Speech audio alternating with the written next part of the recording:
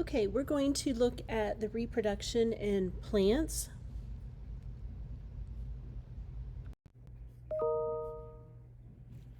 Flowers or cones are the reproductive organs in many types of vascular plants.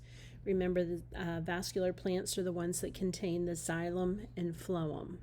We're going to concentrate our study on flowering plants.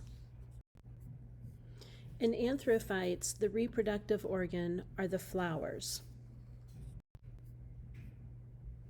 As we begin to look at the parts of flowers, underneath the actual flower where you have your petals, there are little green structures called sepals.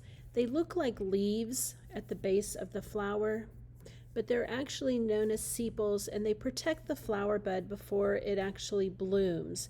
If you've ever looked at a flower bud, they're usually surrounded by green structures. Those green structures are known as the sepals.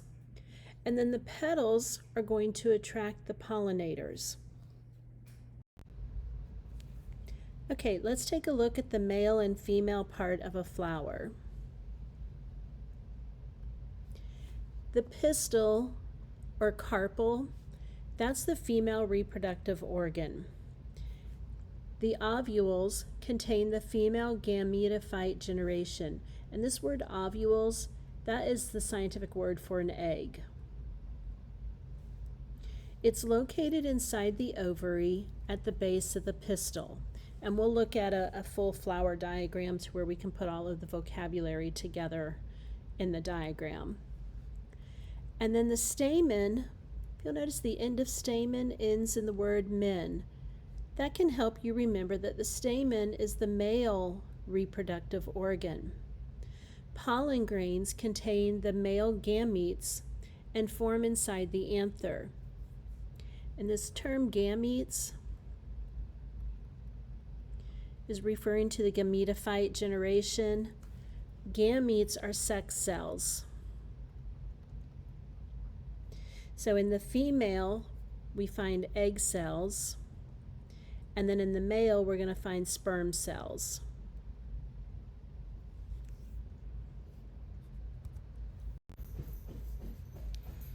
Okay, taking a look at pollination.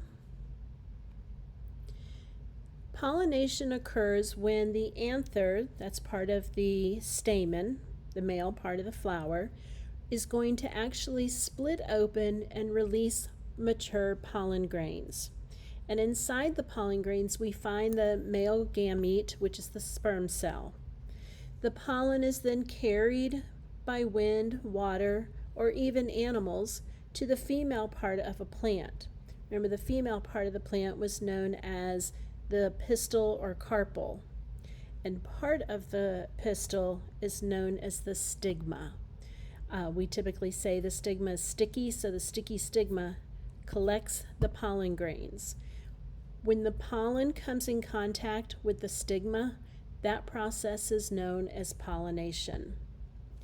Pollination is part of sexual reproduction, which results in a greater genetic diversity. This is good for the species survival.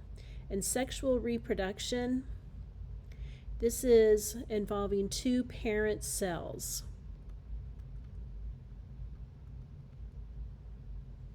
Asexual reproduction we'll talk about when we go into meiosis, but sexual reproduction, you need to know that it involves two parent cells. It's going to involve, for this case, egg and sperm cell.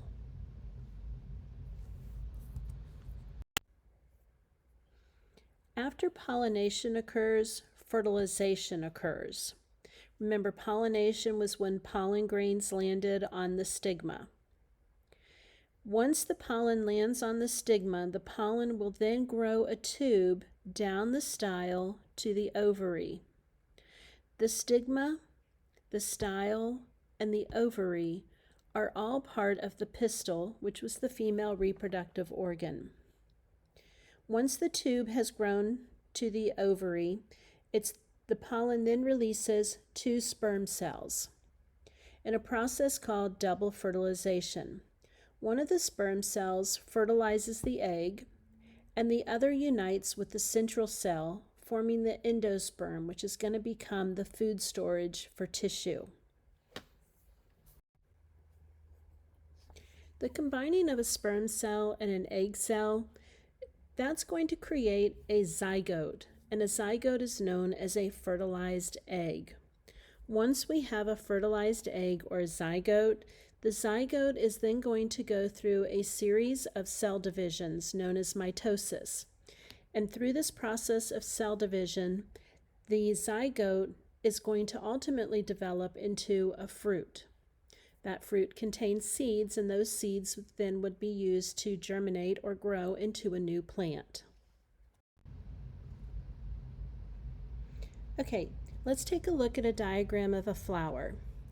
In this case, this flower has both male and female parts represented. Some plants you'll have flowers that just have female, and some will have just the male parts, but this one has both, known as a complete flower. We have the female part, which is known as the pistil. Remember, the pistil was also known as a carpel. The pistil contains 3 parts: the stigma, the style, and the ovary. You have the stigma on top. We call that sticky stigma. This is the style as you move down, and then the ovary at the base. Inside the ovary, we're going to find the ovule. Remember, ovule was the name, scientific name for an egg. Then you have the male part of the flower. Let's make sure we label this female. And the stamen's the male. The stamen contained the anther and the filament. The anther is this top portion, and then the filament is the long stalk supporting the anther. And then the pink structures, of course, are our petals. They're going to attract our pollinators. Remember, we have those sepals. The sepals look like leaves, but they're not. They were to support and protect the flower before it actually bloomed. They were protecting the bud. At the base of the flower, this kind of larger area here, this is known as a receptacle. And then as you move below the receptacle, it looks like what we would say a stem of a flower. It's really not a stem, it's called a peduncle. Usually a fun word students like, peduncle. So now taking a look at our plant complete, remember that the pollen grains are found inside the anther. They contain pollen. And then inside the pollen, we're going to find sperm cells.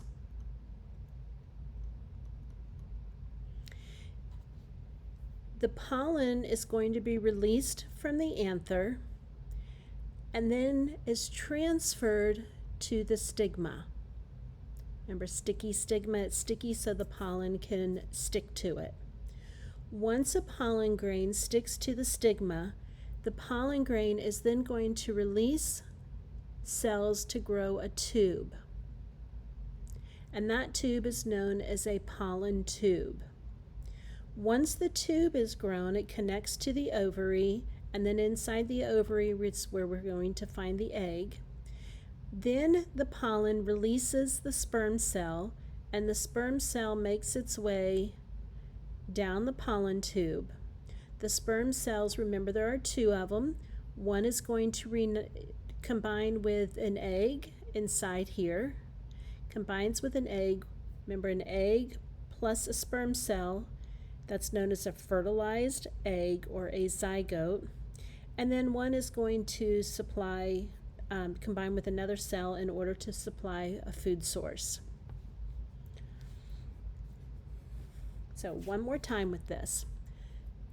The anther is going to release pollen grains. Pollen grains are going to move to the stigma. Stigma is sticky. Once there's a pollen grain on top of the stigma, the pollen grain then has a pollen tube grow. That pollen tube grows down the style, connecting to the ovary. Then the pollen grain is going to release 2 sperm cells. the sperm cells make their way down the pollen tube, which is inside the style, to the ovary, entering to the egg. One sperm cell combines with the egg cell, that's known as fertilization, fertilized egg, which is a zygote, and then the other sperm cell combines with a cell in order to provide a food source. Protecting our flower before it's bloomed again are the sepals. At the base of the flower, with the sepals, we'll find the receptacle. And then what looks like a stem of the flower is really known as a peduncle. And then ultimately at the end, we end up with a seed. If you think of fruit that you eat, how there's seeds in it, well, those seeds are going to mature. Once they've matured, there's a hard coat around them that's going to protect the inside so that it can survive any type of harsh condition. When the conditions are favorable, the seed is going to germinate. It's going to develop into an embryo. And then from the embryo, it continues to go through a cell division, in which is going to allow the plant to begin to grow, and the process starts over.